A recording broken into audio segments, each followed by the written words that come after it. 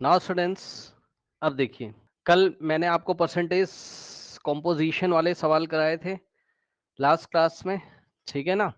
Dalton atomic theory में कुछ points हमने कवर करे थे पेज नंबर 115 पे, है ना। और आपको मैंने कुछ बातें बताई थी तो वो सब आपको याद होना चाहिए, मतलब आप रिवाइज उसको करके आइए। पेज नंबर 115 देखते हैं वापस से। ये पॉइंट हमने 6th वाला कवर कर लिया था, atom of different element differ in mass and size and chemical properties. तो यहाँ पे आइसोटोप्स और आइसोबार्स के बारे में थोड़ी सी हमने बात कल की क्लास में करी थी। अब देखो, केमिकल कॉम्बिनेशन बिटवीन टू और more element consisting in joining in the joining together of the atom these element to form molecule of the compound. हाँ ठीक है, इतनी भारी भरकम लैंग्वेज लिखी हुई है, बस वो ये कहना चाहते हैं कि दो या दो से ज्यादा एलिमेंट्स के एटम्स आपस में जब कंबाइन करते हैं तो कंपाउंड का मॉलिक्यूल बनाते हैं। ये तो आपको भी पता है, जैसे कि हाइड्रोजन के 2 एटम्स और ऑक्सीजन का 1 एटम कंबाइन करके H2O यानी कि वाटर का मॉलिक्यूल देगा। ये एटम है, ये एटम है और ये एटम है और ये मॉलिक्यूल है। बताइए आपको क्या दिक्कत है। जैसे कि कार्बन का 1 एटम और ऑक्सीजन के 2 एटम आपस में केमिकली कंबाइन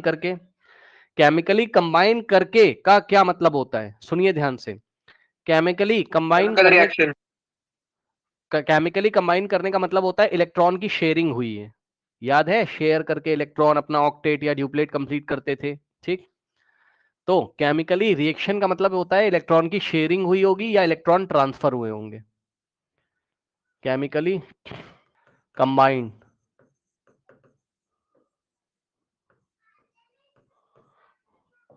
या तो इलेक्ट्रॉन की शेयरिंग हुई होगी, ठीक, और या तो इलेक्ट्रॉन ट्रांसफर हुए होंगे, ठीक। अगर इलेक्ट्रॉन की शेयरिंग हुई होगी तो क्या बनेगा, कोवेलेंट बॉन्ड।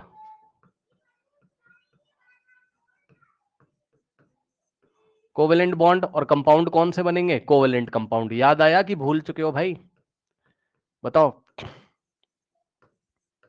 सर याद है।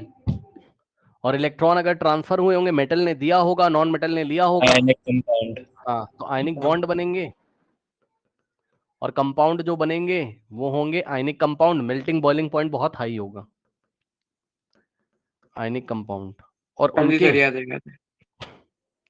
Melting point and boiling point बहुत हाई होंगे। तो बस यही बात इन्होंने बोली कि एटम के कंबाइन होने से क्या बनता है, मॉलिक्यूल बनता है। कार्बन डाइऑक्साइड का मॉलिक्यूल बन गया, ये लोग क्या दिक्कत है, ठीक। कोई आयनिक कंपाउंड भी बन सकता था, ये दोनों तो कोवेलेंट है, ठीक। नेक्स्ट देखिए, कह रहे हैं कि the number and kind of atom in a given compound is fix. अब ध्यान से सुनो, ये वाला जो पॉस्टुलेट है आपका, क्या, कि the number and kind of atom, इसका क्या मतलब है कि नंबर ऑफ एटम फिक्स है और काइंड ऑफ एटम भी फिक्स है। हाँ सही बात है, सही बात है, चेक कर लीजिए कैसे। जब भी वाटर का मॉलिक्यूल मिलेगा आपको तो सबसे पहले आप काइंड के बारे में बात कर लो। काइंड ऑफ एटम यहां कौन कौन से हैं, काइंड का मतलब एलिमेंट। दो एलिमेंट के एटम है, कौन कौन से, हाइड्रोजन के और ऑक्सीजन के, बस। तो एलिमेंट फिक्स है और नंबर भी फिक्स है। कैसे, हाइड्रोजन के कितने एटम लग रहे हैं, 2 एटम, और ऑक्सीजन के हमेशा 1 एटम लग रहे हैं। कोई मुझे ये बता सकता है कि ये जो पॉस्टुलेट बोला एग्जाम में, ध्यान सुन लीजिए, रुक जाओ अभी इसको डिस्कस करते हैं, रुक जाओ पहले ये वाला पॉइंट भी देख लो। बहरहाल ये जो लिखा है ये आपको समझ में आया ना कि नंबर और काइंड फिक्स होता है। हाँ सही बात तो है यार, जब भी वाटर का मॉलिक्यूल बनेगा तो ऐसा तो है नहीं कि क्लोरीन के एटम से बन जाएगा। काइंड उसका फिक्स है, यानी कि हाइड्रोजन और ऑक्सीजन से ही बनेगा, और हाइड्रोजन के 2 एटम ही लगेंगे और ऑक्सीजन का 1 एटम ही लगेगा। तो काइंड और नंबर दोनों फिक्स है, ठीक। काइंड और नंबर दोनों फिक्स है।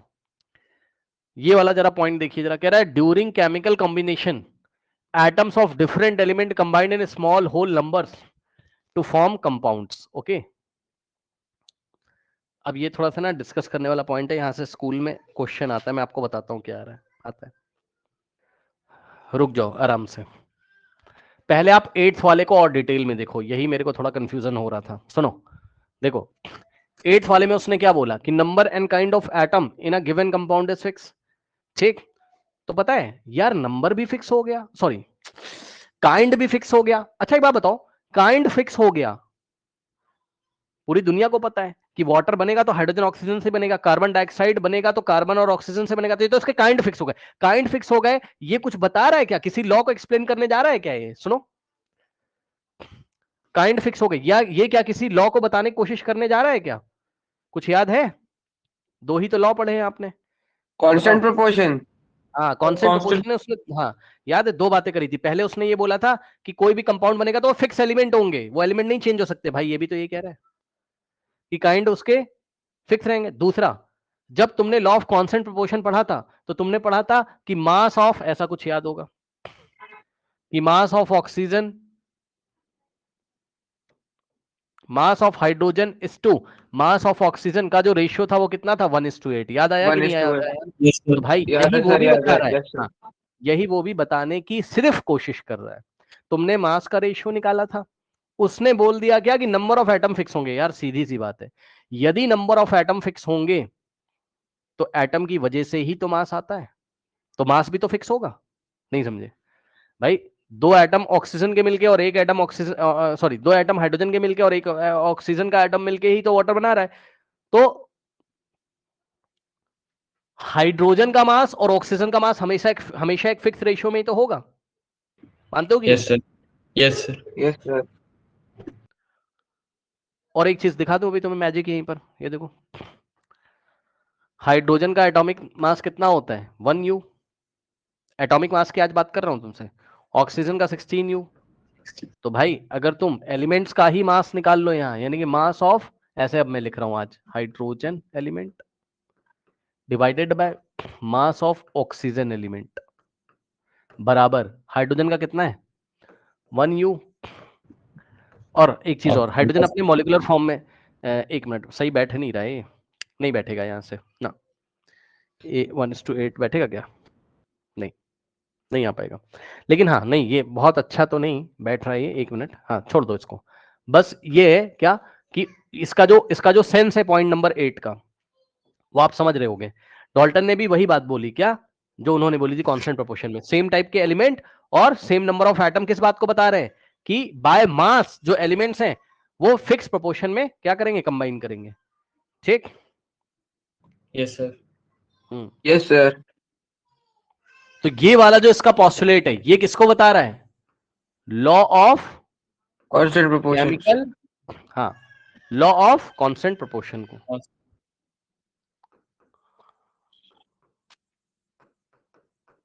यही वो आपसे पूछेगा। और इससे पहले कल एक और पॉस्टुलेट बताया था जिसमें वो क्या बता रहा था, लॉ ऑफ कंजर्वेशन ऑफ मास, याद है? हाँ, तो यही दोनों सवाल आता है एग्जाम में। अब सुनो, यहां पे कह रहा है during the chemical combination atoms of the different element combined in a small whole number to form compound. हाँ ठीक है भाई, मान गए इनकी बात। पता है वो ये कह रहा है कि जब भी एटम कंबाइन करेंगे तो स्मॉल होल नंबर में करेंगे। यार ये तो पूरी दुनिया को पता है। मतलब देखो, सुनो भाई, पानी बना तो पानी जब बना तो हाइड्रोजन के 2 एटम है, ऑक्सीजन के 1 है। मतलब स्मॉल होल नंबर में ना, चेक कर लो ना, हाइड्रोजन 2 एटम, 2 क्या है, होल नंबर है, और ऑक्सीजन 1 होल नंबर है। ठीक? ओके। हाँ, क्या कोई डाउट है क्या भाई, बताइए किसी को? फ्रैक्शन में तो नहीं आ रहा है ना यार? ऐसा तो है नहीं कि हाइड्रोजन का एटम ऐसा बीच से ब्रेक हो जाएगा और 1.5 हाइड्रोजन लगेंगे, ऐसा तो नहीं है। नहीं समझे? ऐसा तो नहीं है। ये देखो, यहां कभी 1.5 तो आपने देखा नहीं है, और ऑक्सीजन पता लगा 2.5 लिखा है, ऐसा तो है नहीं, या 2.3 लिखा है। स्मॉल होल नंबर ही होंगे ना, बात समझ रहे हो? ऐसा तो है नहीं कि एटम, होल हाँ नंबर्स में एटम, हाँ होल नंबर में कंबाइन करेंगे। तो पूरी दुनिया को पता है भाई, या तो एक एटम होगा, या तो 2 एटम होंगे किसी एलिमेंट के, या तो 3 होंगे, या तो 4 होंगे, या तो 5 होंगे, या तो 6 होंगे, इस तरीके से। ठीक? कोई ऐसा तो है नहीं कि 2.3 एटम, 2.3 एटम क्या बात होती है? ऐसा तो है नहीं कि 2.3 का मतलब एक तो 2 एटम और प्लस 0.3 एटम, 0.3 एटम कहां से आ जाएगा? ठीक? ऐसा तो है नहीं कि एटम ब्रेक हो जाएगा। नेक्स्ट कह रहा है atoms of the same element can combine in more then 1 ratio two form more than 1 compound. सही बात है, सही बात है। देखिएगा जरा ध्यान से ये वाले एग्जांपल को, पहले इतना देख लो। मैं 10th वाला इसको मैं रब करके लिखूंगा अभी यहाँ पर। 10th वाला भी बड़ा अच्छी बात उसने बताई है। अब देखिए जरा, कह रहे atoms of the same element can combine in more than one ratio two form one compound. Atom होंगे सेम एलिमेंट के और एक से ज्यादा रेशियो में कंबाइन कर सकते हैं। आइए दिखाता हूं किस तरीके से। ये देखिए, अगर हाइड्रोजन के 2 एटम और ऑक्सीजन के 1 एटम कंबाइन हो रहे हैं, ठीक। एक चीज और दिखाना चाहता हूं, जो पीछे उन्होंने बात करी थी, जो अभी मैं तुम्हें बता रहा था पर वो क्लियर नहीं हो पाया था। ये जो बात है, इधर देखो, दिखाई देते हैं तुम्हें, पहले इसको भी देख लो। उसने बोला कि नंबर एन काइंड है ना, तो हाइड्रोजन के 2 एटम और ऑक्सीजन का 1 एटम मिलके ही तो वाटर बनाता है। तो अगर मास ऑफ हाइड्रोजन निकालोगे और मास ऑफ ऑक्सीजन का रेशियो निकालोगे अगर, तो कितना आएगा, दिखा देता हूं। क्योंकि 2 एटम थे किसके, बोलो बोलो बोलो, हाइड्रोजन के कितने एटम है, 2। तो 2 एटम की वजह से मास कितना आएगा, 2u, ठीक। और ऑक्सीजन की वजह से मास कितना आएगा, ऑक्सीजन का एक एटम है 16u। लो, 16 रेशियो वही आया जो तुमने पढ़ के आए थे, u से u कट जाएगा और 1:8 आ जाएगा। चेक कर लो। 1:8 आ जाएगा। तो अब ये बहुत हाँ जी अच्छी तरीके से किसको एक्सप्लेन कर रहा है, law of constant proportion law को। ऑफ यही बात कांस्टेंट मैं तुम्हें बता रहा प्रोपोर्शंस। हूं। अब सुनना ध्यान से, ये बात चाहो तो कहीं नोट कर लो, क्योंकि इसी से अभी मैं कुछ और बताऊंगा। मतलब अगर मैंने तुमसे यहां पूछा होता कि डाल्टन ने ये वाली जो बात बताई और जो पानी का एग्जांपल मैंने तुम्हें दिया वाटर का, तो मास ऑफ हाइड्रोजन और मास ऑफ ऑक्सीजन कौन से रेशियो में कंबाइन कर रहे हैं, 1:8 में। और in water mass of hydrogen is to mass of oxygen कितना था, हाइड्रोजन के 2 एटम थे तो उसकी वजह से 2u मास, और ऑक्सीजन का एक ही एटम था उसकी वजह से 16u मास। u से u कैंसिल और आंसर आ गया 1:8। अब ध्यान सुनो, यानी कि पानी में जो रेशियो है किसका, मास ऑफ हाइड्रोजन और मास ऑफ ऑक्सीजन का, वो 1:8 है। लेकिन अगर यही दोनों एलिमेंट वही है, सुन लो भैया ध्यान से, एलिमेंट वही है, कौन से, हाइड्रोजन और ऑक्सीजन। लेकिन नेचर में कभी कभी ऐसा होता है कि ये कंबाइन तो यही दोनों एलिमेंट करेंगे, लेकिन रेशियो चेंज हो जाएगा बाय मास। सुना क्या, ये किसी और रेशियो में अगर कंबाइन कर ले तो कुछ और बन के आ जाएगा। आइए दिखाते हैं। ये तो वाटर है, लेकिन ये देखिए H2O2। अब बच्चे बोलेंगे 2 से 2 कैंसिल कर दो, तुम्हारे कहने से थोड़ी ना होता है। ये फॉर्मूला है हाइड्रोजन पेरोक्साइड का, H2O2, याद कर लीजिए।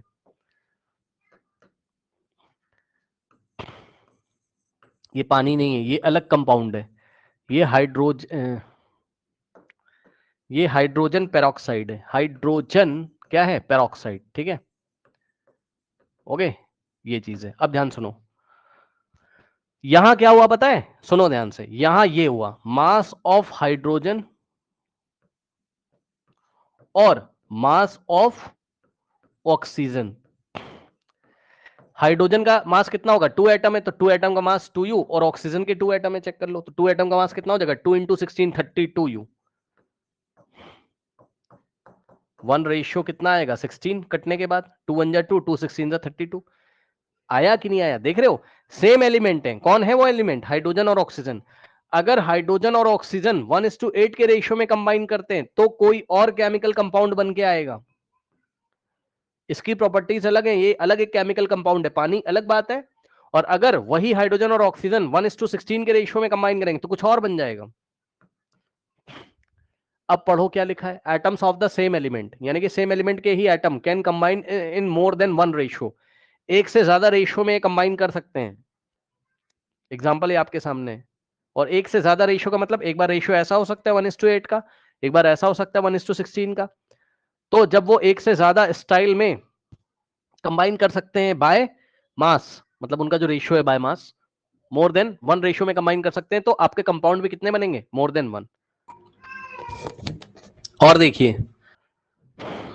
देखिए इसका एग्जांपल, अगर मास ऑफ कार्बन और मास ऑफ ऑक्सीजन ने कंबाइन किया, मान लो पहले मैंने CO2 ले लिया, तो CO2 में एक कार्बन है, एक कार्बन का मास 12u, और ऑक्सीजन के 2 एटम है, 2 एटम का मास, यहां एटॉमिक मास ले रहा हूं मैं 32u।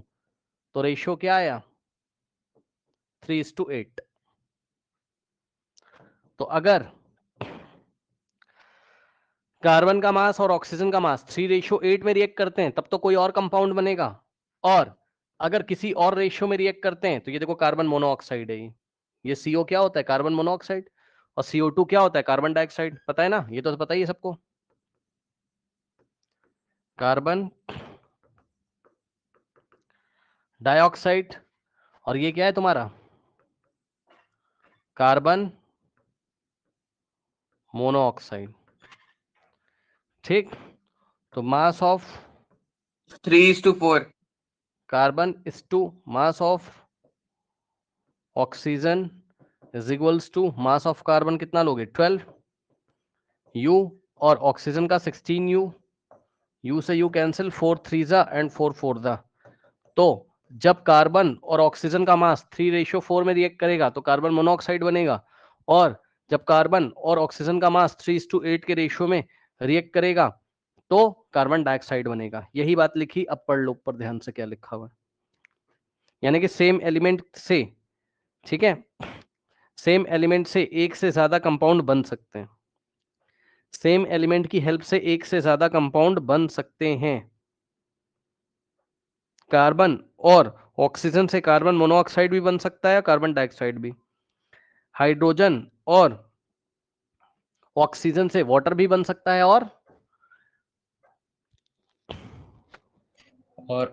Hydrogen peroxide. Hydrogen peroxide. और भी एग्जांपल हो सकते हैं, धीरे धीरे केमिस्ट्री में आप आगे चल के पढ़ोगे।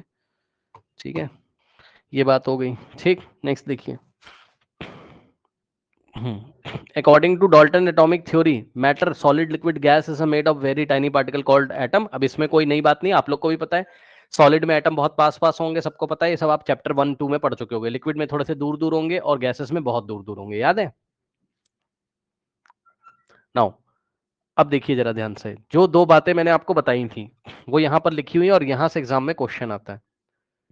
आपको डाल्टन के दो पोस्टुलेट्स लिखने हैं, डाल्टन के 2 पोस्टुलेट्स लिखने हैं जो कि law of conservation of mass को बताते हो और लॉ ऑफ कांस्टेंट प्रोपोर्शन को बताते हो। तो ये देखो जरा, Dalton atomic theory was based on the law of chemical combination. For example ये भी क्वेश्चन आ सकता है, प्रूव दैट, या क्या कहता है वो, आपको बोल सकता है explain that Dalton's atomic theory was based on law of chemical combination. यानी कि डाल्टन के वो दोनों पोस्टुलेट आपको लिखने होंगे जो कि लॉ ऑफ केमिकल कॉम्बिनेशन को बताते हैं, law of conservation of mass को और लॉ ऑफ कांस्टेंट प्रोपोर्शन को बताते हैं। कौन कौन से? एक तो ये वाला पोस्टुलेट है आपका, कौन सा, डाल्टन एटॉमिक थ्योरी में कौन सा, atoms can neither be created nor be destroyed. अब आपको याद आ गया होगा, चेक कर लो, atoms can neither be created nor destroyed. ये वाला जो पोस्टुलेट है ये किसको बताता है, law of conservation of mass को, जो कि लेवोसियर ने दिया था। Law of conservation of mass कौन से साइंटिस्ट ने दिया था, लेवोसियर ने। ठीक, और एक और पोस्टुलेट है ये वाला, the elements consist of the atom having fix mass and the number and kinds of the atom in a given compound is, अरे भाई ठीक है यार, ठीक है, पता है ये लोग तो ये वाला पोस्टुलेट ले रहे हैं, ठीक है भैया ले लो, क्या दिक्कत है। The element consist of atom having fix mass and number and kind, अच्छा ठीक है, ये वही बात तो हो गई, ठीक है, number and kind of atom in a given compound is fix. ठीक है, तो ये किसको बता रहा है, लॉ ऑफ कांस्टेंट प्रोपोर्शन को बता रहा है, और लॉ ऑफ कांस्टेंट प्रोपोर्शन किसने दिया था, प्राउस्ट ने। अब आप एक काम करिए सभी बच्चे, ये वाले पैराग्राफ को पढ़ो और अब मुझे बताना क्या आप एग्जाम में लिख पाओगे ये बात। अगर उसने पूछा कि डाल्टन के पोस्टुलेट्स बताइए जो कि लॉ, मतलब जो लॉ ऑफ केमिकल कॉम्बिनेशंस को बताते हो, यहां से लेके और यहां तक पढ़िए, ये आपको लिख के आना होगा, यहां से यहां तक पॉइंट ए और पॉइंट बी आप लिख के आओगे। पढ़ो पढ़ो पढ़ो, ध्यान से पढ़ो, बताइए पढ़ लिया ठीक से, कर लोगे ये दोनों पॉइंट, बोलो। Yes sir. लिख लोगे ना, ठीक है। अब सुनो ध्यान से, देखो explain law of conservation of मास पूरा हम लोग पढ़ चुके हैं, ठीक है। अब देखो drawbacks of Dalton atomic theory, ठीक, इसके ड्रॉबैक्स ये भी एग्जाम में आपसे पूछेगा, पता है क्या क्या ड्रॉबैक है, ये तो बहुत इंपॉर्टेंट क्वेश्चन है कि इसके ड्रॉबैक्स क्या है। नंबर 1 ड्रॉबैक मतलब कमियां, one of the major drawbacks of Dalton atomic theory of the matter is that the atoms were thought to be indivisible, है ना, याद है डाल्टन ने क्या बोला था कि एटम को डिवाइड नहीं किया जा सकता है, लेकिन मॉडर्न टाइम में आपको पता है कि एटम्स को डिवाइड किया जा सकता है। एटम्स के सब एटॉमिक पार्टिकल होते हैं, इलेक्ट्रॉन, प्रोटॉन और न्यूट्रॉन, ठीक है। we now know that under special circumstances atom can be further divided into still smaller particle called electron, proton, neutron. So the atoms are themselves made up of 3 subatomic particle: electron, proton, neutron. Next is Dalton's atomic theory says that all the atoms of the element have exactly the same mass. It is however now known that the atoms of the same element having slightly different mass. क्यों भाई? Dalton के according same element के जो atom थे उनके mass same होते थे. ऐसा हमेशा जरूरी नहीं है. आइसोटोप्स में ऐसा नहीं होता है, याद है? आइसोटोप्स की हेल्प से इसको समझाया जाएगा. क्या कि ये देखो, एक आइसोटोप है कार्बन 12 और एक आइसोटोप है कार्बन 14. मास की बात कर रहा हूं. तो ये दोनों एक दूसरे के क्या आइसोटोप्स हैं. तो मॉडर्न टाइम में हमें क्या मिले? आइसोटोप्स मिले. आइसोटोप्स में क्या होता है? सेम एलिमेंट के एटम है, चेक कर लो, ये भी कार्बन का एटम है, ये भी मास नंबर लेकिन सेम एटॉमिक, लेकिन हाँ मास इनके अलग अलग है, एटॉमिक मास अलग अलग है. ठीक. और इसमें आइसोबार का भी एग्जांपल देके आप एक्सप्लेन कर सकते हैं एग्जाम में.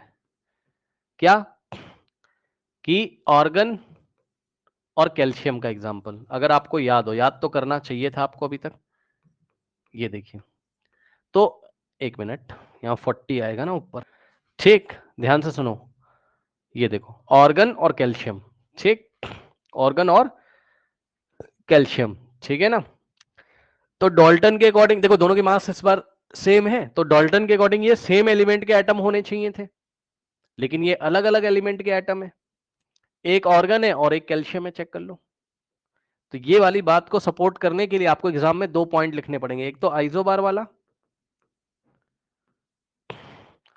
और एक आइसोटोप वाला. कल भी मैंने नोट कराया था, आज आप चाहो तो अपनी बुक में या कहीं पर फिर से नोट करिए इस पॉइंट को एक्सप्लेन करने के लिए. अच्छा, एक मिनट, आइसोबार वाला यहां लिखा है भाई, एक मिनट रुक जाओ. आइसोबार वाला पॉइंट 3rd लिखा हुआ है, ये आइसोटोप वाला है. ये देखो, Dalton atomic theory said that the atoms of different element having different masses. उनके अकॉर्डिंग डिफरेंट एलिमेंट के डिफरेंट मास होने चाहिए थे, लेकिन आइसोबार में तो नहीं होता ऐसा. आइसोबार्स में तो नहीं होता ऐसा. एलिमेंट डिफरेंट है लेकिन मास सेम है, 40 U. इन तीनों पॉइंट को अच्छी तरीके से पढ़िए. और क्या आप एग्जाम्पल देकर पॉइंट नंबर 2 को आइसोटोप से और पॉइंट नंबर 3 को आइसोबार से एक्सप्लेन कर पाओगे? देख लो. कर लेंगे सर. ड्रॉबैक्स तो वो जरूर पूछेगा एग्जाम में, 3 पॉइंट लिख के आने. सर कर लेंगे. कर लोगे? yes. अब सुनो, एक तुम्हारा होमवर्क है आज के लिए. तुम जॉन डाल्टन के बारे में पढ़ लेना, एनसीईआरटी में दिया. अब ये सब मैं नहीं पढ़ाऊंगा, है ना. ये जॉन डाल्टन की इंफॉर्मेशन दी है एनसीईआरटी में भी, यहाँ पर भी ऐसा ही पढ़ लेना बस इसको. क्या पता कोई क्वेश्चन पूछ ले, वैसे तो कोई क्वेश्चन पूछना नहीं चाहिए इससे. ये जॉन डाल्टन की इंफॉर्मेशन दी है, कहाँ से पढ़ाई लिखाई करी, क्या था क्या नहीं था, है ना. ये तुम्हारा होमवर्क है, सुन लो, इसको पढ़ के आना. अब देखो, अब चैप्टर जितना अब स्टार्ट होगा वो सब आप कुछ पढ़ चुके हो. बस अब मुझे आपको फटाफट डेटा बताने हैं, कुछ बातें बतानी है, और आपको सब कुछ पता है. फिर मुझे मोल कॉन्सेप्ट पढ़ाना है बस. चलो बच्चों, अब आपको सब कुछ पता है इस चैप्टर में. स्टार्टिंग के लॉस बचे थे वो मैंने बता दिए. बच्चों देखो, एटम्स, अब आपको पता है कोई भी मैटर है फाइनली वो एटम से मिलके बना होगा. बच्चे बोलेंगे सर मॉलिक्यूल से भी मिलके बना हो सकता है. हाँ, तो मॉलिक्यूल तो एटम से ही मिलके बने होते हैं. और पूरी कहानी आपको पता है, जितने मेटल्स होंगे एटॉमिक फॉर्म में, मॉलिक्यूल 2 तरीके के होते हैं, वो भी मैंने आपको फील करा दिया है. मॉलिक्यूल्स ऑफ एलिमेंट और मॉलिक्यूल्स ऑफ कंपाउंड, सब पता है आप लोग को. बस डेफिनेशन वगैरह थोड़ी बहुत आपको याद करनी है. ये देखिए, एटम की डेफिनेशन याद करोगे सब लोग. An atom is the smallest particle of an element that take part in a chemical reaction. मतलब सर भाई, केमिकल रिएक्शन में कौन पार्टिसिपेट करता है? एटम ही तो करते हैं. आइए मैं आपको एक एग्जांपल देता हूं, और अच्छा है ना, तो आप अपनी बुक में नोट भी कर लेना. ये हाइड्रोजन का मॉलिक्यूल है, ये ऑक्सीजन का मॉलिक्यूल है, और यहां से तुम्हें पानी मिलता है, वाटर. तो हुआ क्या होगा, चेक करो. हाइड्रोजन का जो मॉलिक्यूल है, इसका मतलब है H, सिंगल बॉन्ड H. मैंने आपको थोड़ी बहुत बॉन्डिंग दिखाई है स्टार्टिंग में कि नहीं, बताइए, याद है? कुछ भूल गए हो क्या? Yes sir. हाइड्रोजन के आउटर मोस्ट में एक इलेक्ट्रॉन होता था, इस हाइड्रोजन के आउटर मोस्ट में एक इलेक्ट्रॉन होता था, इसने यहां से शेयर किया, इसने यहां से शेयर किया, तो यहां एक सिंगल बॉन्ड बन गया था जिसको आपने कोवेलेंट बॉन्ड बोला था, याद है? Yes sir. और ऑक्सीजन के बीच में डबल बॉन्ड होता है। आइए यहाँ पे जल्दी से मैं आपको दिखा देता हूँ। ऑक्सीजन के आउटर मोस्ट में कितने इलेक्ट्रॉन होते हैं? 6। भूल गए हो क्या? 2,6। तो 1 2 3 4 5 6, ये एक ऑक्सीजन का एटम है और दूसरा ऑक्सीजन का एटम यहां पर 1 2 3 4 5 6। ठीक, अब ये ऑक्सीजन के एटम में 6 इलेक्ट्रॉन है तो दो सामने से शेयर करेगा। लो ऑक्टेट कंप्लीट हो गया। Yes sir. और सर। इस ऑक्सीजन के 6 हैं और दो सामने से शेयर करेगा तो ऑक्टेट कंप्लीट हो गया। Yes sir. इन दोनों डॉट को इन दोनों डॉट को ज्वाइन करोगे तो एक बॉन्ड यहां से मिलेगा ओ डैश, और इन दोनों डॉट को ज्वाइन करोगे तो एक, तो ओ डबल बॉन्ड ओ होता है। ये सुनो, यस सर।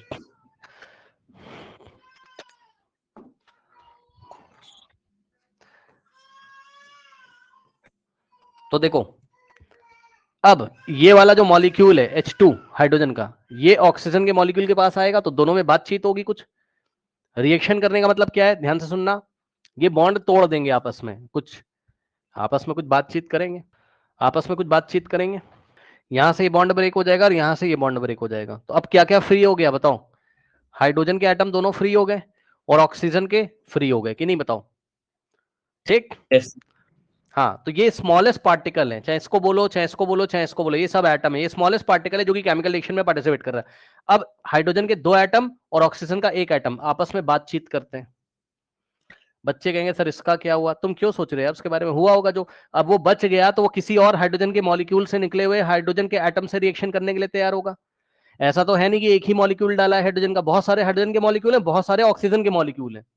तो हर एक बार क्या होगा, हाइड्रोजन के 2 एटम और ऑक्सीजन के 1 एटम के बीच में बातचीत होगी। मतलब वो लोग केमिकल बॉन्डिंग करेंगे और क्या बना देंगे? वाटर का मॉलिक्यूल। ठीक, कंपाउंड बन के तैयार हो गया। और थोड़ा बहुत दिखा दूं ये बना कैसे होगा। तो ये देखो, ये ऑक्सीजन का एटम है, ठीक, इसका 1 इलेक्ट्रॉन यहां, 1 यहां, 2 3 4 5 6। और हाइड्रोजन को देखो, हाइड्रोजन के आउटर मोस्ट में 1 इलेक्ट्रॉन और हाइड्रोजन के आउटर मोस्ट में 1 इलेक्ट्रॉन। तो हाइड्रोजन ने अपना ड्यूप्लेट कंप्लीट कर लिया और हाइड्रोजन ने अपना ड्यूप्लेट कंप्लीट कर लिया। और ऑक्सीजन के आउटर मोस्ट में 1 2 3 4 5 6 है, 7th यहां से शेयर करेगा, 8th यहां से। लो ऑक्टेट कंप्लीट हो गया। बताओ, तो ये पानी का मॉलिक्यूल बन गया कि नहीं बन गया? बताओ। बन गया सर। हाँ जी सर। हाँ, कहा गया, 1 मिनट देखना ध्यान से इसको। O और ये दोनों डॉट को ज्वाइन करोगे तो सिंगल बॉन्ड, और ये दोनों डॉट को ज्वाइन करोगे तो सिंगल बॉन्ड। H2O, एक लोन पेयर यहां और एक लोन पेयर यहां। लोन पेयर वो होते हैं जो पार्टिसिपेट नहीं करते हैं बॉन्डिंग में। तो एक लोन पेयर यहां बच गया होगा, एक लोन पेयर यहां। उससे तुम्हें ज्यादा मतलब नहीं, बस तुम्हें मोटी मोटी बात क्या सीखनी है कि बॉन्ड है, कि हाइड्रोजन के मॉलिक्यूल का बॉन्ड ब्रेक हो गया तो एटम फ्री हो गए होंगे, ऑक्सीजन के मॉलिक्यूल के डबल बॉन्ड ब्रेक हो गए होंगे तो ऑक्सीजन के एटम फ्री हो गए होंगे। 2 ऑक्सीजन के एटम और 1 ऑक्सीजन के एटम में बातचीत हुई होगी और ऐसी बातचीत हुई होगी। ऑक्सीजन ने अपना ऑक्टेट कंप्लीट किया होगा और हाइड्रोजन ने अपना ड्यूप्लेट कंप्लीट किया होगा और वाटर का मॉलिक्यूल तैयार हो गया। तो क्या ये केमिकल रिएक्शन हो रही है? Yes sir. और बैलेंसिंग बैलेंसिंग बात की बात है, वो सब छोड़ो, वो सब तो हम law of conservation of mass को वैलिड करने के लिए करते थे। ठीक, क्या लिखा है पढ़ो। एटम क्या होता है? स्मॉलेस्ट पार्टिकल होता है। किसका? किसी एलिमेंट का। एलिमेंट कौन था? हाइड्रोजन।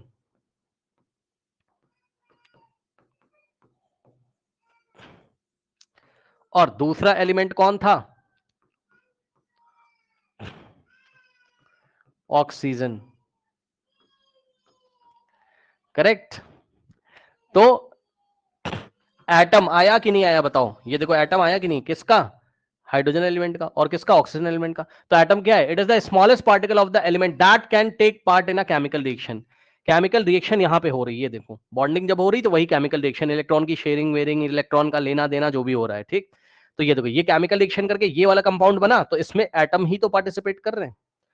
पढ़ लीजिए और मुझे बताइए क्या इस एग्जाम्पल की हेल्प से आपको ये डेफिनेशन याद हो जाएगी कि नहीं याद हो जाएगी? हो जाएगी सर। ये देख लो आराम से, देख लो आराम से। ठीक है, अब मेरा सवाल आपसे, क्या एटम नेटिव स्टेट में रह सकता है या फ्री स्टेट में? एग्जाम का सवाल है। फ्री स्टेट में सर मतलब सर मतलब क्या कोई एटम फ्री स्टेट में रह सकता है या नेटिव स्टेट में? फ्री स्टेट का मतलब है अकेला बेचारा। ये नेटिव देखो, स्टेट। ये नेटिव स्टेट का मतलब ही फ्री स्टेट होता है। ठीक, नेटिव स्टेट बोलो चाहे फ्री स्टेट। देखो, ये हाइड्रोजन का एटम अच्छा। क्या अकेला रह सकता है? सुन लो, केवल नोबल गैसेस के एटम अकेले रहते हैं क्योंकि उनका ऑक्टेट या ड्यूप्लेट कंप्लीट रहता है। बस आया कि हाँ नहीं आया जी, बताओ? यस आ सर। गया भाई सर। ये लोग तो परेशान है। याद है, इनके आउटर मोस्ट में 1 इलेक्ट्रॉन है बेचारे के, और ऑक्सीजन के आउटर मोस्ट में बेचारे के कितने इलेक्ट्रॉन है? 6 इलेक्ट्रॉन है। ये भी परेशान है, ये भी परेशान है। तो दुनिया भर के सभी एटम परेशान है। जो पीरियोडिक टेबल में मैंने तुम्हें दिखाया था, सारे एलिमेंट के एटम परेशान है। किसी का ऑक्टेट ड्यूप्लेट नहीं कंप्लीट है, केवल किसको छोड़ के? Noble gases. Noble gases. हाँ हाँ, केवल नोबल गैसेस ग्रुप नंबर 18 को छोड़ के। हीलियम, नियॉन, ऑर्गन, है ना, क्रिप्टॉन, इन लोग के ऑक्टेट या ड्यूप्लेट कंप्लीट है। हीलियम का ड्यूप्लेट और बाकी सबका ऑक्टेट। तो ये सब लोएस्ट एनर्जी स्टेट में स्टेबल है। बाकी सब लोग फ्री स्टेट में नहीं रह सकते।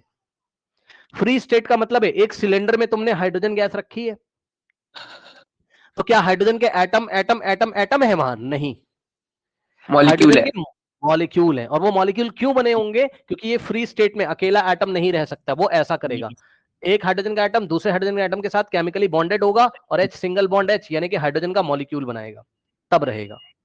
ऐसा करने से क्या फायदा है? ऐसा करने से फायदा है कि हाइड्रोजन का क्या कंप्लीट हो गया? ड्यूप्लेट, और ये स्टेबल हो गया। स्टेबल होने का क्या मतलब है? लोअर एनर्जी स्टेट में आ गया, वो एनर्जी उसकी कम हो गई, स्टेबल हो गया। क्वेश्चन सुनो, हाइड्रोजन का एटम और दूसरी तरफ हाइड्रोजन का मॉलिक्यूल दिया है, बताओ किसकी एनर्जी लोअर है? लोअर एनर्जी में कौन है? हाइड्रोजन का molecule molecule yes, molecule molecule lower. Molecule. एक मिनट भाई, lower, yes, lower energy state में मॉलिक्यूल है, वो स्टेबल है। समझे ये सब बातें? यही चीज आपकी बुक में लिखी हुई है, पढ़ लीजिए।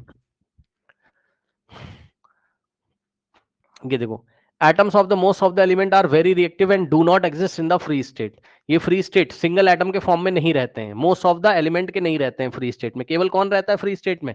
Group number 18। जैसे कि एक सिलेंडर में आपको मैंने हीलियम गैस दे दी, तो हीलियम गैस जब दे दी तो हीलियम के मॉलिक्यूल नहीं होंगे, हीलियम के एटम एटम एक एक एटम आइटम एटम होगा। एटम एटम होंगे। समझे? क्योंकि वो हीलियम का एक एटम दूसरे के साथ कंबाइन नहीं करेगा, क्योंकि उसका ड्यूप्लेट पहले से ही कंप्लीट है, तो वो एटॉमिक फॉर्म में रहेगा। जितनी नॉर्मल गैसेस हैं एटॉमिक फॉर्म में रहेंगी। तो आगे लिखा है, they exist in combination with the atoms of the same element और अनदर एलिमेंट।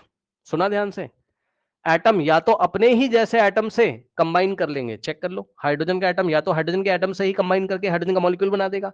मौके की बात है कि उसके सामने कौन आता है, मौका लगना चाहिए उसका। या तो हाइड्रोजन हाइड्रोजन के साथ ही मिलेगा। या तो हाइड्रोजन हाइड्रोजन के साथ, या तो हाइड्रोजन ऑक्सीजन के साथ, या तो हाइड्रोजन क्लोरीन के साथ देके HCl दे देगा, हाइड्रोजन क्लोराइड गैस, कुछ भी दे सकता है। नहीं समझे? तो यही चीज किताब में लिखा हुआ है क्या, कि they exist in combination with the atoms of the same element. मतलब या तो वो अपने ही जैसे किसी एटम से कंबाइन कर जाएंगे या तो किसी दूसरे एलिमेंट से कंबाइन कर जाएंगे। और जब ऐसा कंबाइन करेंगे, कौन? एटम, या तो अपने ही जैसे एटम से, तो सुन लो, दो तरीके के मॉलिक्यूल बनते हैं, या तो मॉलिक्यूल ऑफ एलिमेंट बनेगा या तो मॉलिक्यूल ऑफ कंपाउंड बनेगा।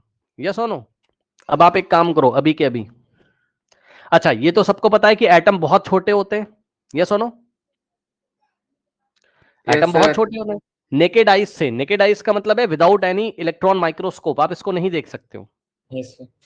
सही बात है, ये सब बड़ी कॉमन बात है, ये सब बताने की बातें नहीं, ये सब आपको पता है। अब यहां से लेके और यहां तक जरा थोड़ा पढ़िए और ये सब एग्जांपल्स वगैरह देखिए और एनालाइज करिए सिचुएशन को। पढ़ा आप लोगों ने? बताइए, पढ़ यस लिया? सर। यस समझ सर। में आ गया होगा, डेफिनेशन आपको याद करनी है। अब आगे की बातें सुनिए। कह रहा है atom are very very small and idea of extreme size of atom can be had from the fact that 35, अब जितने भी जीरो लिखे हुए भाई, कितना लिखा है? 3 crore 35 50 million. Lakh Yes, 3 crore 50 lakh at copper atoms arranged end to end in a line would cover a distance of about, अब देखो इतने ज्यादा एटम कॉपर के अगर कंबाइन होंगे तो केवल आपको 1 सेंटीमीटर ही मिलेगा। सोचो एटम कितने छोटे होंगे, इतने सारे एटम जब कंबाइन होंगे तो केवल एक 1 सेंटीमीटर की लाइन बनेगी अगर एंड टू एंड कनेक्ट हो एटम एक के बाद एक के बाद एक, ठीक, तो एटम इतने छोटे होते होंगे, बस ये बताने की कोशिश करा गया। आगे देखो जरा Yes, ध्यान sir. से, the size of the atom is indicated by radius which is called atomic radius, okay, तो atomic radius is measured in nanometer। अब ध्यान से चेक करो, ये कोई नई बात नहीं है, और अगर आप चाहो तो अपने कहीं बुक में पेज में एक निशान बना लो इस तरीके से। देखो क्या होता है, एटम को आपने इस तरीके से दिखाया है, ये इसका न्यूक्लियस होता है, तो न्यूक्लियस से लेके इसके आउटर मोस्ट शेल तक की जो डिस्टेंस होती है, K shell, L shell, M shell, याद है, तो न्यूक्लियस से लेके यहां तक की डिस्टेंस को हम आर से दिखाते हैं, और यही इसका रेडियस है, Yes, एटम sir. का रेडियस है। अब ध्यान से सुनो, एग्जाम का सवाल सुनिए, वो आपसे बोलेगा कि एटम के साइज को कैसे मेजर किया जाता है, तो आप बोलोगे कि एटम के साइज को हम एटॉमिक रेडियस मेजर करते हैं, उससे मेजर किया जाता है। मतलब ये देखो,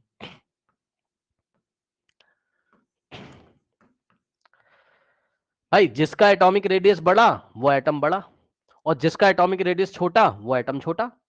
और एटॉमिक रेडियस क्या होता है वो भी लिख लीजिए कहीं पे यदि आप चाहो तो। सुन लो ध्यान से, वैसे तो एटॉमिक रेडियस की डेफिनेशन बहुत सारी होती हैं, अलग अलग होती हैं, 11th क्लास में डिटेल में पढ़ेंगे। अभी के लिए atomic radius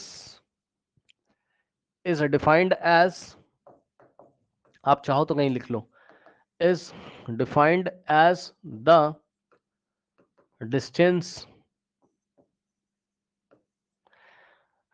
between the nucleus, nucleus और आउटर मोस्ट शेल जो होगी उनके बीच का जो डिस्टेंस होता है, ठीक, आउटर मोस्ट शेल को ही वैलेंस शेल बोलते हैं। ध्यान सुन लो, ये जो सबसे बाहर वाली भाई के शेल होगी, फिर एल शेल होगी, मान लो ये एम शेल है, तो वैलेंस शेल अगर एम शेल है, वैलेंस शेल मतलब आखिरी इलेक्ट्रॉन कौन सी शेल में गया है, लास्ट इलेक्ट्रॉन कौन सी शेल में फिल हुआ है, उसको वैलेंस शेल बोलते हैं। तो डिस्टेंस, और ये न्यूक्लियस है तुम्हारा,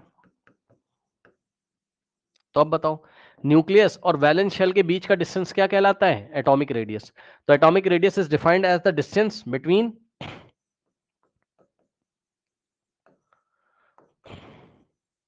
nucleus and valence shell, between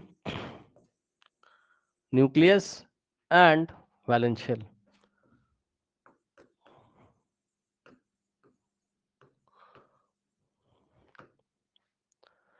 correct. और एटॉमिक रेडियस को हम कैसे मेजर करते हैं, नैनोमीटर में। एटॉमिक रेडियस को हम कैसे मेजर करते हैं, नैनोमीटर में। मतलब एटॉमिक रेडियस की यूनिट क्या होती है, नैनोमीटर, याद करना है। अब सुनो, 1 नैनोमीटर में कितने मीटर होते हैं, 1 नैनोमीटर, अब समझ लेना जरा ध्यान से। 1 नैनोमीटर को ऐसे लिखते हैं, शॉर्ट में एनएम लिखते हैं, तो 1 नैनोमीटर में होते हैं 10 की पावर -9 मीटर। मतलब इसको नीचे लेके जाओगे तो पावर पॉजिटिव हो जाएगी, यानी कि 1/10 की पावर 9 मीटर। अब इसको सॉल्व करो, कितना आएगा आंसर, कहां पे सॉल्व करूं, यहां कर दूं, 1 अपॉन, देखो 10 की पावर 9 है, मतलब 1, और कितने जीरो लगाएंगे, 9, 1 2 3 4 5 6 7 8 9। Sir, 1 billion. अब देखो जरा, इसको सॉल्व करो, कितना हो जाएगा, 0.00000000001। पीछे से 9 डिजिट छोड़ के डेसिमल लगेगा, क्योंकि नीचे 9 जीरोस हैं, ठीक। तो इतना छोटा नंबर है मीटर, 0.000000001 मीटर, 1 नैनोमीटर का मतलब इतने मीटर, तो बहुत छोटा नंबर है, यानी कि एटम का एटॉमिक रेडियस बहुत छोटा होता है। अब वो अलग बात है कि बहुत छोटे में भी कंपैरिजन है, भाई किसी का 1 नैनोमीटर है, किसी का 2 नैनोमीटर, किसी का 3.5 नैनोमीटर, बट है तो नैनोमीटर में, मतलब हैं सारे के सारे एटम बहुत छोटे। अब उनको कंपेयर करना हो तो कर लो, कोई छोटा कोई बड़ा होगा उसमें, लेकिन है तो सारे के सारे नैनोमीटर्स में ही, बहुत छोटे। अब हाइड्रोजन का जो एटम होता है सबसे स्मॉलेस्ट होता है। अब ये बोर्ड, ये आपका स्कूल का क्वेश्चन बन गया, बताइए पूरे पीरियोडिक टेबल में सबसे छोटा एटम कौन सा होता है, बताओ। हाइड्रोजन। हाइड्रोजन। हाइड्रोजन होता है। हाइड्रोजन। याद कर लीजिए। हाइड्रोजन। ठीक। अब देखो ये सब ना डेटा याद नहीं करना होता है, बस ऐसे ही लिखा हुआ है आपकी किताब में। जो याद करना होगा वो मैं आपको बताऊंगा। हर चीज थोड़ी ना कोई याद कर सकता है। एटॉमिक रेडियस हाइड्रोजन की बस ऐसे ही दे दी इन्होंने, लैब में एक्सपेरिमेंट किया होगा, वहां से मेजर करके दे दिए 0.037 नैनोमीटर। ठीक। If we express the radius of hydrogen in metres this will be this metre. ठीक। मतलब देखो अगर कहीं पर ऐसा लिखा है 0.037 nm, nm का मतलब नैनोमीटर, तो इसको मीटर में करने के लिए क्या करेंगे 0.037। देखो नैनो को हटा के 10 की पावर -9 लगा दो बस। n का मतलब नैनो, नैनो को हटा के 10 की पावर -9 लगा दो बस, और आगे मीटर, तो ये मीटर में कन्वर्ट हो गया। आया कि नहीं आया बताइए। आ गया सर। अब देखो इसको और सॉल्व करोगे तो क्या आ जाएगा 0.037 और 10 की पावर -9 डिनोमिनेटर में जाएगा तो पॉजिटिव हो जाएगा। ठीक। अब ध्यान से सुनना, पीछे से 1 2 3 डिजिट छोड़ के तो डेसिमल लगा ही लगा था, और 10 की पावर 9 से डिवाइड करोगे तो 9 प्लेस और छोड़ देंगे तो टोटल 12 प्लेस हो जाएंगी। ये देखिए 1 2 3 4 5 6 7 8 9 10 11 12 प्लेस छोड़ के डेसिमल लगा हुआ है। यानी कि ये जो लिखा है 0.037 इंटू 10⁻⁹ मीटर, इसका मतलब कितना मीटर, इतना मीटर। 0.00000 ऐसे करते करते पढ़ लेना। ठीक है, इतना metre. It is very very small. ठीक। ओके ये बहुत छोटा वैल्यू है, मतलब एटम का साइज बहुत छोटा होता है। अब एक बात और आपको पता होनी चाहिए केमिस्ट्री में, रेडियस का जो प्लूरल होता है वो रेडियाई होता है। रेडियस एक एटम होगा तो रेडियस, और एक से ज्यादा एटम होगा तो रेडियाई। रेडियस का जो प्लूरल होता है वो रेडियाई होता है। रेडियस का प्लूरल क्या होता है, रेडियाई। Radii, RADII, radii. ठीक। अब कुछ एटम की रेडियाई यहां दी हुई है टेबल में नीचे, ये सब आप घर से पढ़ के आओगे दोबारा। ये देखिए ये बस ऐसे ही, इसमें कुछ याद वाद नहीं करना है, बस ऐसे ही दिया हुआ है, देख लो। बस इसमें आपको हाइड्रोजन का पता होना चाहिए, सबसे छोटा रेडियस, सबसे छोटा एटम हाइड्रोजन का होता है, ये बात आपको पता होनी चाहिए। Hydrogen 0.037 nanometre. फिर बस ऐसा ही लिखा है, कार्बन 0.077 नैनोमीटर, नाइट्रोजन 0.074 नैनोमीटर। अब यहां से देख के आप मुझे बताओ, इस डेटा से देख के बताओ, मैं सवाल पूछ रहा हूं, बताओ नाइट्रोजन का एटम बड़ा है या कार्बन का, देख के बताइए। कार्बन। कार्बन का, क्योंकि नंबर देख लो ना, 0.077 बड़ा है और 0.73 छोटा है, बस यही और क्या। लेकिन हो चाहे, मतलब आपस में आप कंपेयर कर सकते हो उनको, वो अलग बात है, लेकिन सब में नैनोमीटर लगा हुआ है, चेक कर लो।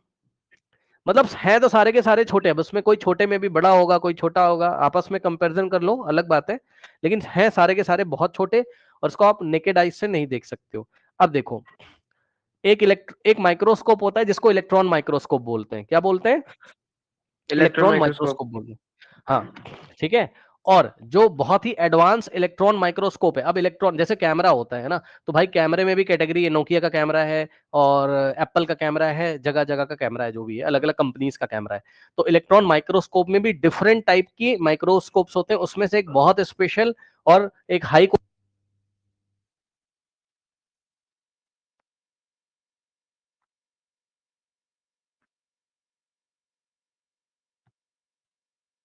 सर आपकी आवाज नहीं आ रही। Yes sir. Hello hello mike check, hello. आ रही है। आ रही है सर। आ रही है सर। ठीक है ठीक है, अभी काम चलाना, क्योंकि मतलब थोड़ा लो आ रही होगी, अब इसको ठीक कराया जाएगा, मतलब ठीक होगा, माइक वो खराब हो गया। अभी तो काम चलाने का आ रहा है ना। हाँ जी सर, हाँ जी सर। हाँ, तो बस काम चलाने भर का ही आएगा, बाद में ठीक होगा अभी। ठीक है, अब देखिए स्टूडेंट्स, हाँ तो मैं क्या बात कर रहा था कि जो है आपका yes scanning tunnelling machine, scanning tunnelling microscope होता है, मतलब नेकेड आइज से तो आप इसको देख नहीं सकते हो, है ना। जो इलेक्ट्रॉन कह रहा हूं, जो एटम होते हैं उसको आप नेकेड आइज से नहीं देख सकते हो, ठीक। तो स्कैनिंग टनलिंग माइक्रोस्कोप होता है, ये स्कैनिंग टनलिंग माइक्रोस्कोप से इन्होंने देखो एटम को देखा हुआ है, ये देखो, और ये जो एटम को देखा हुआ है, ठीक, ये गैलियम आर्सेनाइड, गैलियम आर्सेनाइड एक कंपाउंड होता है, तो उसको इन्होंने देखा तो इनको एटम दिखाई पड़े होंगे, गैलियम एटम और आर्सेनाइड एटम दिखाई पड़े होंगे। ये उसकी पिक्चर कंप्यूटर स्क्रीन पे इन्होंने ली हुई है, तो ये आपको देखो ऐसे थोड़ा सा ये ब्लर सी इमेज आ रही है, और ये जो ब्लर सी इमेज है ये इलेक्ट्रॉन क्लाउड्स होते हैं एक्चुअल में, ठीक। जो गोल गोल आपको दिखाई पड़ रहा है ये K shell, L shell, M shell में घूमने वाले इलेक्ट्रॉन से क्लाउड बना देते हैं, बादल बना देते हैं, तो वो है, ये एटम है देखो, ठीक, ये एटम है इस तरीके से, तो ये वहां से देखा हुआ है इन्होंने।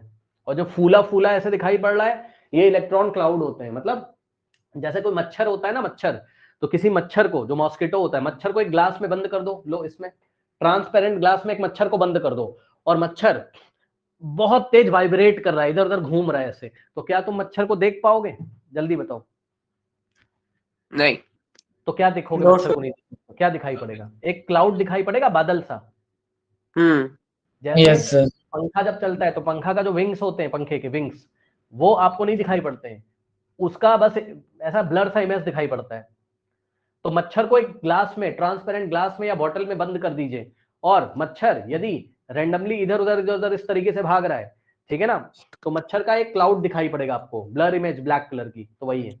इलेक्ट्रॉन एटम में इधर उधर भाग रहे होंगे, अरे वो चक्कर लगाते रहते ना चारों तरफ, तो वो सही बात नहीं है। सही बात है कि वो एक रीजन में इधर उधर भागते रहते हैं, वो मॉडर्न केमिस्ट्री में पढ़ेंगे। तो वही क्लाउड आपको दिखाई पड़ रहा है इलेक्ट्रॉन का, ब्लर सा, ये देखिए। अब देखिए स्टूडेंट्स, ये शायद आपको एनसीईआरटी में भी मिल जाएगा, ठीक। तो बहुत पुरानी बात है कि डाल्टन ने एलिमेंट्स के सिंबल बना दिए थे, ये देखो। अब मुझे आप बताओ, क्या प्रैक्टिकली ऐसा पॉसिबल है? क्या प्रैक्टिकली ऐसा पॉसिबल है बच्चों? आज मॉडर्न केमिस्ट्री आप पढ़ रहे हो, मतलब आज के नो टाइम में, सर। कि हाइड्रोजन No, का sir. ऐसा सिंबल बनाए हम, कार्बन का ऐसा बनाए, इसका ऐसा, उसका ऐसा बनाए, नहीं। इसका ऐसा, ये तो बहुत टीडीएस हो जाए। तो नया तरीका खोजा गया, वो तो आपको पता ही है, पूरी पीरियोडिक टेबल आपने देखी हुई है, एबीसीडी के अल्फाबेट्स होते हैं, है ना, हाइड्रोजन के लिए H, कॉपर के लिए C और U, तो ऐसा ऐसा करके कर दिया गया, तो वो आप धीरे धीरे याद ही कर लेते हो, है ना। एटम के ये वाले सिंबल वैलिड नहीं। हाँ, इसमें से सवाल कोई आ सकता है, एनसीईआरटी में देख लेना, अगर ये टेबल दी हुई है तो डायग्राम आपको दे सकता है एग्जाम में, ऐसे बना देगा, ऐसे तो कार्बन, ऐसे बना देगा तो हाइड्रोजन, क्या पता ऐसा सवाल आ जाए। और ऐसे सवाल नहीं देने चाहिए मेरे ख्याल से, ऐसे सवाल मेरे ख्याल से नहीं देने चाहिए। क्यों? ये सब फालतू चीजें, इसका क्या काम केमिस्ट्री में? अब कोई टीचर दे ही दे तो क्या करोगे? तो ये डाल्टन ने टेबल दी थी भाई। इसके बाद जे बर्जेलियस आए, जे बर्जेलियस, है ना, इन्होंने क्या बताया कि जो नेम ऑफ द एलिमेंट है ना, नेम ऑफ द एलिमेंट से इन्होंने लेटर उठाए और उससे ही उसके सिंबल बनाना शुरू कर दिए। जैसे कि हमें मॉडर्न सिंबल के बारे में पढ़ना है, हाइड्रोजन के लिए H और ऑक्सीजन के लिए O, कार्बन के लिए C, कैल्शियम के लिए C और A दोनों ले लिया जाता है, पता ही आपको। C और A याद रखिएगा, फर्स्ट लेटर कैपिटल और सेकंड वाला, जब दो लेटर लोगे तो फर्स्ट वाला कैपिटल, सेकंड वाला स्मॉल, ठीक। क्लोरीन के लिए कैपिटल C स्मॉल L, और कॉपर के लिए कैपिटल C स्मॉल U, ठीक। अब देखो, ये कुछ सिंबल्स हैं जो आप पढ़ लीजिएगा। मैग्नीज का Mn, निकल का Ni, पढ़ना पड़ेगा ये तो आपको, ठीक। और ये एक इंपॉर्टेंट है आपका, ये वाला टेबल इंपॉर्टेंट है, यहां से सवाल आ सकता है एग्जाम में पक्का, यहां से सवाल पक्का आ सकता है, सुन लो ध्यान से, देखो यहां से भाई सुन लो, यहां से पक्का सवाल आ सकता है। सोडियम को S से नहीं दिखाया जाता है, सोडियम तो इसका इंग्लिश नेम है, इसका लैटिन नेम क्या है? नेट्रियम, ये एग्जाम में क्वेश्चन आएगा। तो इसका जो लैटिन नेम होता है, यानी कि कुछ कुछ एलिमेंट के जो लैटिन नेम है, लैटिन नेम से के स्टार्टिंग से लिया गया है, Na, ये नेट्रियम से। पोटेशियम को P से नहीं दिखाया जाता है, केलियम। हाँ, केलियम नाम है, ये भैया याद करना पड़ेगा तुम्हें, लिख लिख के याद करो सर कि याद है पोटेशियम सर, याद है। का लैटिन नेम केलियम, कैलियम, और कैलियम का के लिया गया, ठीक है। फेरम का Fe लिया गया, आयरन के लिए फेरम, फेरम से ही आया है, फेरस और फेरिक, याद आया, भूल गए वो लग रहा है। Fe2 प्लस तो Yes. फेरस, और Fe3 प्लस तो फेरिक। Ferrous ferric. लो क्यूप्रम, क्यूप्रम से ही आया है, क्यूप्रस और क्यूप्रिक, क्यूप्रस और क्यूप्रिक। Cu सिंगल प्लस तो Cuprous. क्यूप्रस और Cu2 प्लस क्यूप्रिक। तो कॉपर का लैटिन नेम होता है क्यूप्रम, वहीं से इन्होंने C और U लिया हुआ है, ठीक है। बल्कि कोई बच्चा इंग्लिश से ले लेगा तो गलत हो जाएगा, क्योंकि कैपिटल C स्मॉल हो गए भैया तो ये तो कोबाल्ट होता है, ये तो कोबाल्ट होता है, COBALT कोबाल्ट होता है ये तो, ठीक। सिल्वर आया है अर्जेंटम से, अर्जेंटम का AG लिया उन्होंने, अर्जेंटम का। Yes sir. गोल्ड आया ऑरम से, ऑरम का AU लिया है, ये टेबल अच्छी तरीके से याद कर लेना, AU से गोल्ड का सिंबल AU बन गया। मरकरी आया हुआ है हाइड्रागायरम, ओके, हाँ हाइड्रागायरम या जेरम जो भी है, ठीक है, हाइड्रागायरम से, ठीक। HG, यहां से H लोगे, यहां से G लोगे, ठीक। और सुनो, प्लम्बम से आया PB, प्लम्बम, ठीक है, PB। उसके बाद स्टेनम से आया है क्या, SN, टिन। तो भाई ये टेबल बहुत इंपॉर्टेंट है, यहां से सवाल 102% बनेगा, चाहे जो हो जाए, पक्का बता रहा हूं, यहां से सवाल पक्का बनेगा आपका 102%, यहां से क्वेश्चन आना ही आना एग्जाम में इस टेबल से। अब हम इसको यहाँ पे स्टॉप करते हैं, ठीक है। अब हम नेक्स्ट क्लास में करेंगे, जाइए।